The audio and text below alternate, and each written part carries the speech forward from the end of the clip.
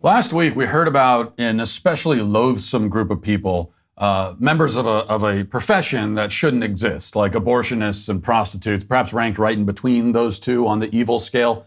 This is a group called sensitivity readers. And the group first made it onto my radar and the radar of lots of other people after it was announced that one of my fellow beloved children's authors, Roald Dahl, was enduring from the grave the humiliation of having his work posthumously rewritten to remove and change, quote, insensitive language.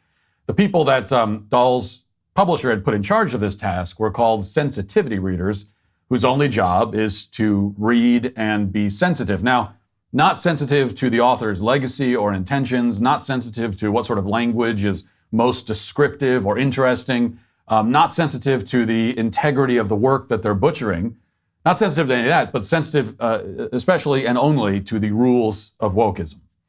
As it happens, after backlash against this PC hatchet job of a great and prolific writer, the publisher announced that they announced later last week that the unchanged and unmolested texts would now still be available to purchase. So they will offer the sensitive version and then also the insensitive original version. Now both will be on sale and you can choose. This is supposed to make everything better, but it only manages to make the whole situation even more grotesque and gratuitous in a lot of ways. Because suddenly we're treating the works of recently deceased modern authors as though they're ancient manuscripts in a foreign language. Multiple versions, multiple interpretations, multiple translations are all offered. You know, the Bible has the KJV and the NIV and dozens of other English translations. Well, Roald Dahl will soon have the original, the woke, the uber woke, the woker than woke, and then another version where every single book is just a picture of a trans guy beating a Republican over the head with a pride flag. But the scourge of the sensitivity reader stretches far beyond Roald Dahl. His case is but the tip of a purple-haired iceberg. And next in line is Ian Fleming. He's the creator, of course, of James Bond. Next in line to suffer the literary equivalent of corpse desecration, the New York Post reports this. Ian Fleming's James Bond books have been rewritten with modern audiences in mind, with so-called sensitivity experts removing a number of racial references ahead of 007's 70th anniversary this spring.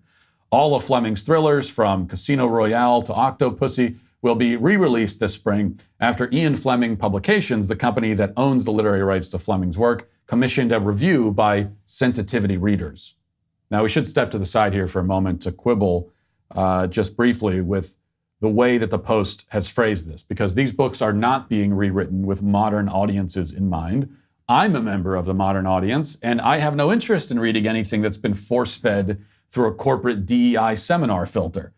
In fact, as the backlash against this kind of blasphemy shows, many members of the modern audience do not want this.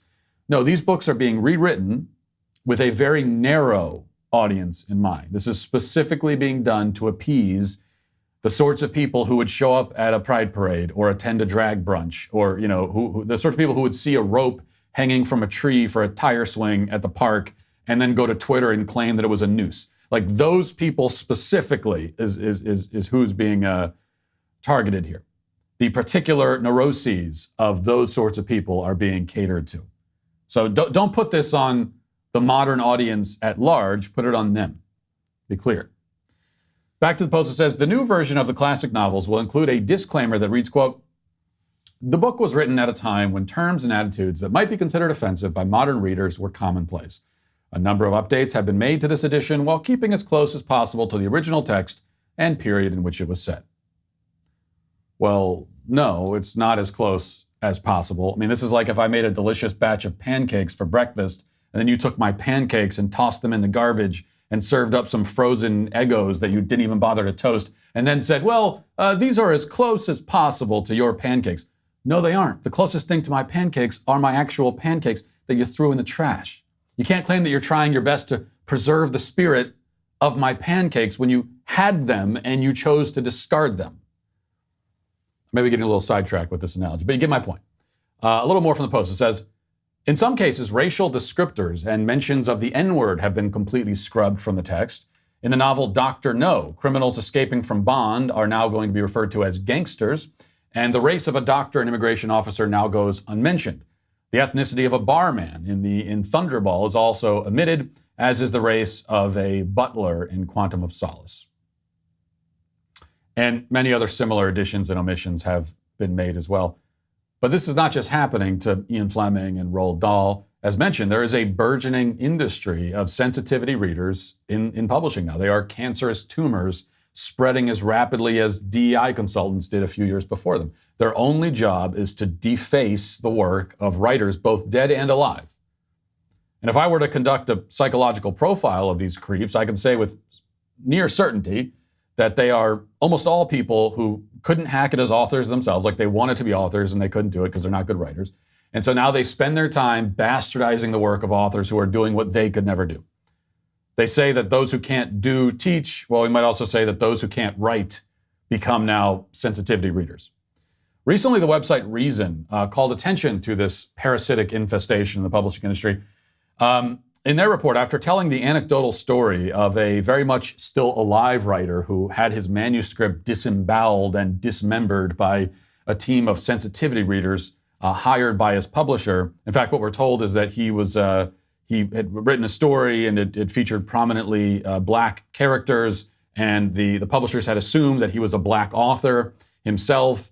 And then it turns out that although he's a racial minority, they found out, well, he's not actually black. And that changed everything. The story that they liked, they realized this story is now problematic because you're not the right racial category to write it. And that's when they brought in the sensitivity readers to change everything to get in line with their sensitivities. So we're told that story, and then we're told this. Known as sensitivity readers, or sometimes authenticity readers, these consultants are a growing part of publishing, hired to correct pre-publication, or as we know, sometimes post-publication, missteps of authors who don't share the same traits or lived experience, to use a favorite buzzword, as their characters. The sensitivity reader's possible areas of expertise are as varied as human existence itself. One representative consultancy boasts a list of experts in the usual racial, ethnic, and religious categories, but also in such areas as agoraphobia, Midwestern, physical disability, arms and legs, specifically that kind of disability, and gamer geek. Another one lists individual readers with intersectional qualifications. Depending on the content of your novel, you might hire a white lesbian with generalized anxiety disorder, or a bisexual, gender-fluid, light-skinned, brown Mexican with a self-diagnosis of autism. Every medical condition, every trauma, every form of oppression, sensitivity readers will cover it all. Now, as always, the thing that jumps out at you about these woke speech police, it's not their sensitivity. I mean, they actually aren't sensitive at all. You'd have to be a soulless psychopath to impose your own ideological fixations onto someone else's work, whether living or dead. But rather what jumps out at you then is their arrogance, their unbridled ego. I mean, just think about this. These people will tell an author what would be most authentic for the fictional characters that he created. But there's, of course, only one person on earth who can speak with final authority about the characters an author creates, and that is the author. If I write a story about an agoraphobic black lesbian, and I might just do that now just to spite these people, literally whatever I have that black lesbian say or do is authentic and correct because she's my character. It doesn't make any sense for you to say, well, no, that character doesn't say that or do that. What are you talking about? This comes from my mind. These are my characters. So she's going to do whatever I tell her to do. She might not ring true to your experiences, but I didn't write about your experiences.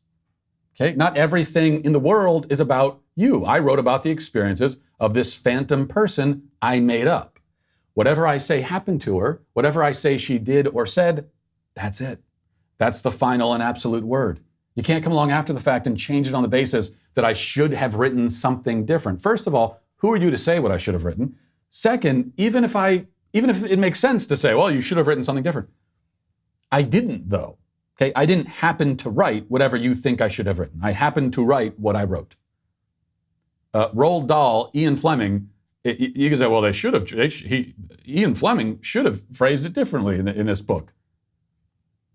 He didn't, though. So that's what he actually wrote, is what you have there. You might not like it, it might upset you, it makes your tummy hurt, but that's what he wrote. Changing it later, especially after the author is dead, is a lie. It's another attempt to bend the world, even now the fictional world, to the egocentric whims of this insufferable minority of cry-bully vultures.